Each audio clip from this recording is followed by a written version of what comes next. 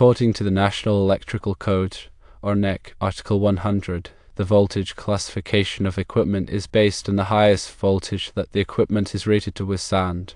In this case, if the input voltage to the regulators is 480 volts, which is below 600 volts, then the switchgear is considered 600 volts or less. For equipment rated 600 volts or less, the maximum height is covered by NEC Article 110.26. This article specifies a maximum height of 6 feet 6 inches for switchboards, panel boards, and distribution boards. However, the NEC does not explicitly state a maximum height requirement for switchgear that houses constant current regulators. It is recommended to consult with the manufacturer of the switchgear or a qualified electrician to determine the specific height requirements for your application. They can provide guidance based on factors such as the enclosure design, insulation, and cooling system of the switchgear.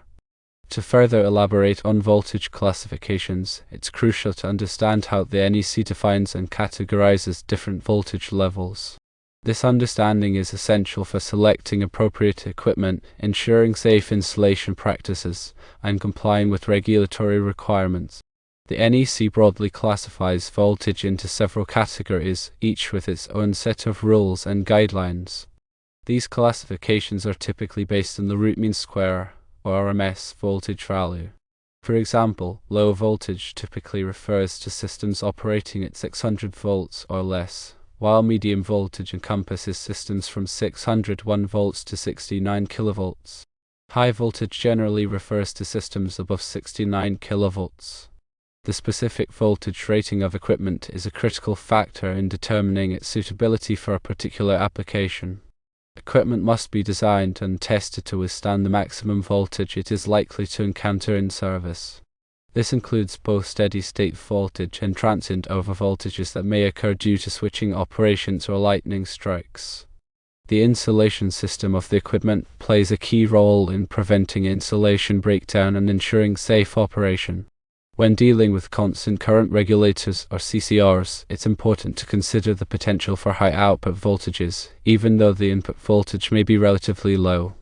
CCR are designed to maintain a constant current flow through a load, regardless of changes in the load impedance. This is achieved by varying the output voltage as needed to compensate for variations in the load. In applications such as airfield lighting, CCR are used to supply a constant current to a series of lamps. The voltage required to maintain the desired current will depend on the number of lamps in the series and the impedance of each lamp. As lamps age or fail, the impedance of the circuit can change, requiring the CCR to adjust its output voltage accordingly.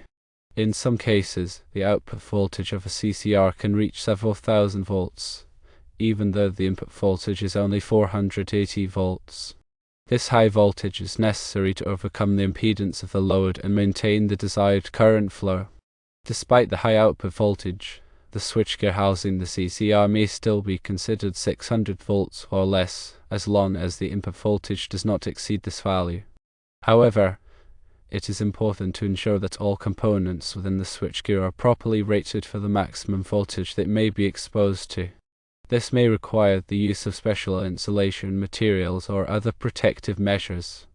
Regarding the maximum height requirements for switchgear, the NEC provides specific guidelines for equipment rated 600 volts or less.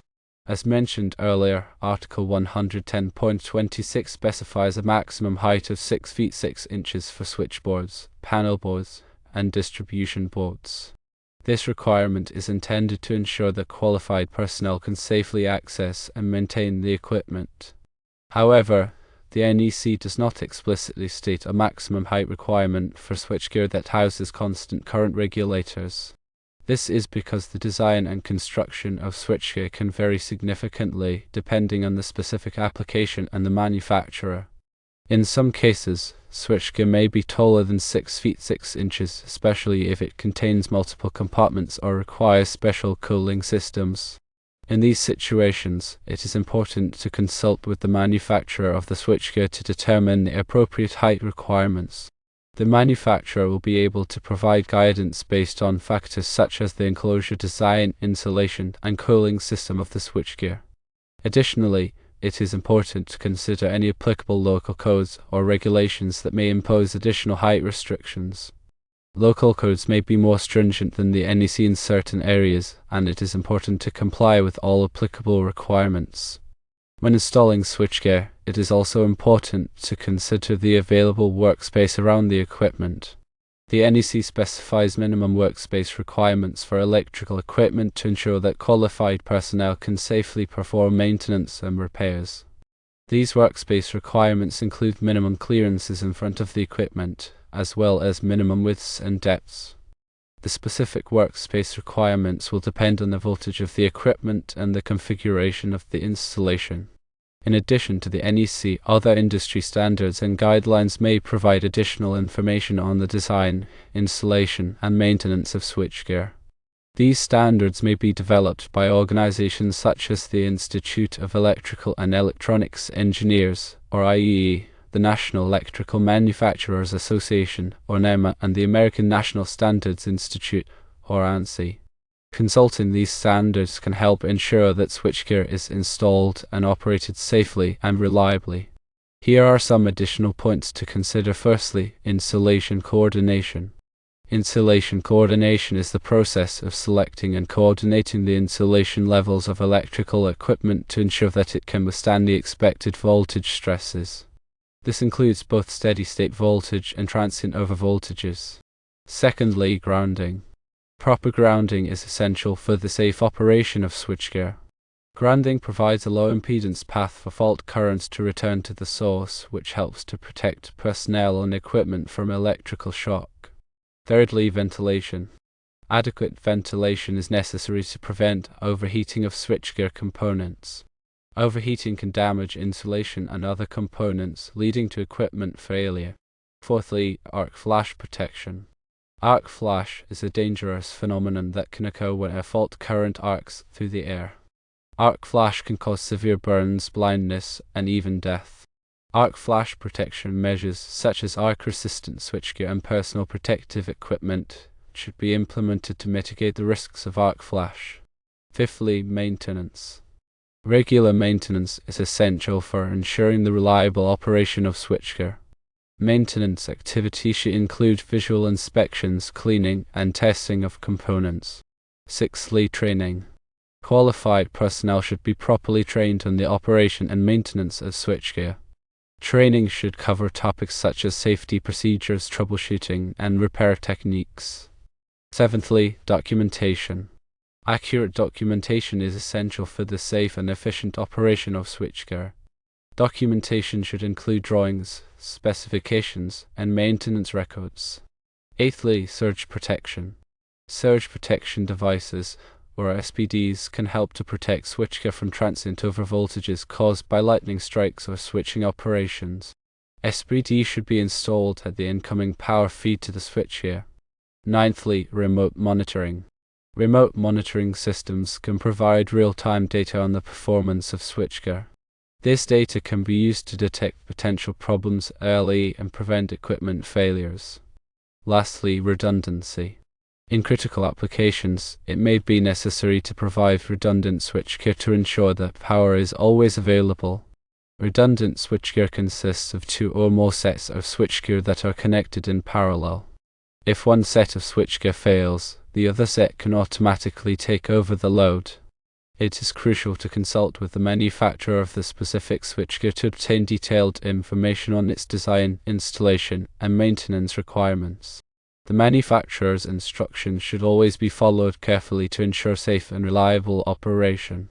Furthermore, it is recommended to engage a qualified electrical engineer to review the application and ensure that the switchgear is properly selected and installed in accordance with all applicable codes and standards.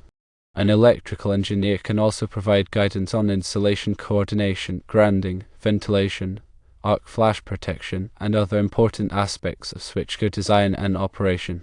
In addition to the points already discussed, there are several other considerations that are relevant to the application of 480/277 volt, three-phase switchgear with constant current regulators. Firstly, harmonic distortion. Constant current regulators, particularly those using solid-state devices, can generate harmonic currents that distort the sinusoidal waveform of the electrical power system. These harmonics can cause problems such as overheating of transformers and conductors, interference with sensitive electronic equipment, and increased energy losses. It is important to assess the potential for harmonic distortion and implement mitigation measures if necessary. Mitigation measures may include the use of harmonic filters or reactors. Secondly, power factor correction. Constant current regulators can also have a low power factor, which means that they draw more current than they need to deliver the required power. This can increase energy losses and reduce the capacity of the electrical system. Power factor correction capacitors can be used to improve the power factor and reduce these problems. Thirdly, transient voltage surge suppression, or TVSS. Transient voltage surges, such as those caused by lightning strikes or switching operations, can damage sensitive electronic equipment, including constant current regulators.